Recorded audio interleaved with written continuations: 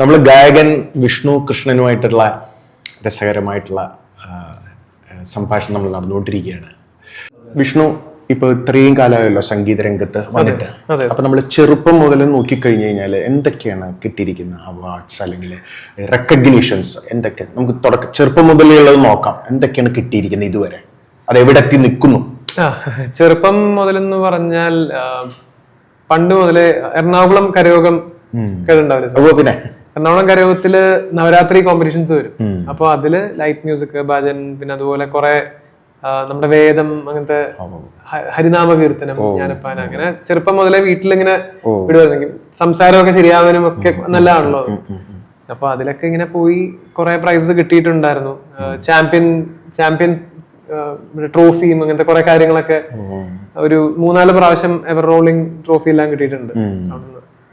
ഏറ്റവും കൂടുതൽ പ്രൈസ് കിട്ടുന്നവർക്ക് കിട്ടുന്ന ഒരു ഇത് അങ്ങനെ. അത് പിന്നെ ഈ ഷോയില് പോയിട്ട് അവിടത്തെ പല റെക്കഗ്നിഷൻസും കിട്ടിയിട്ടുണ്ട്. അത് തന്നെ. അപ്പൊ ചുരുക്കി പറഞ്ഞാൽ എറണാകുളം കരയോഗത്തിൽ നിന്നാണ് നല്ല പ്രോത്സാഹനം. ഈ ഇത്രയൊക്കെ യാത്രയും നേട്ടങ്ങളൊക്കെ വന്നപ്പോൾ ഈ വിമർശനങ്ങൾ ഉണ്ടാവാറുണ്ടല്ലോ, ക്രിറ്റിസിസം.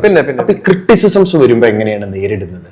നമ്മളത് ഞാൻ വ്യൂ ചെയ്യുന്നത്, ഇത് ശരിക്കും ഒന്ന് ഇൻട്രോസ്പെക്ട് ചെയ്യണം. നമ്മൾ ചെയ്തത് തെറ്റാണോ, നമ്മൾ ഇപ്പം അതോ ചുമ്മാ കുറ്റം പറയാൻ വേണ്ടി പറയുന്നതാണോ എന്ന് വിചാരിച്ചു. കൺസ്ട്രക്റ്റീവ് ആയിട്ടുള്ള ക്രിറ്റിസിസം ഞാൻ ഡെഫിനറ്റ്ലി എടുത്ത് ഞാൻ എന്നെ തന്നെ ഇമ്പ്രൂവ് ചെയ്യാൻ നോക്കാറുണ്ട്. ശരി. ഈ സോഷ്യൽ മീഡിയയിലും ഒക്കെ എന്തെങ്കിലുമൊക്കെ കിട്ടാറുണ്ടോ? ദൈവം സഹായിച്ച് ഇതുവരെ എല്ലാവരുടെ ഫേവറേറ്റ് ആയതുകൊണ്ട് അതങ്ങനെ കിട്ടാറില്ല. Very good.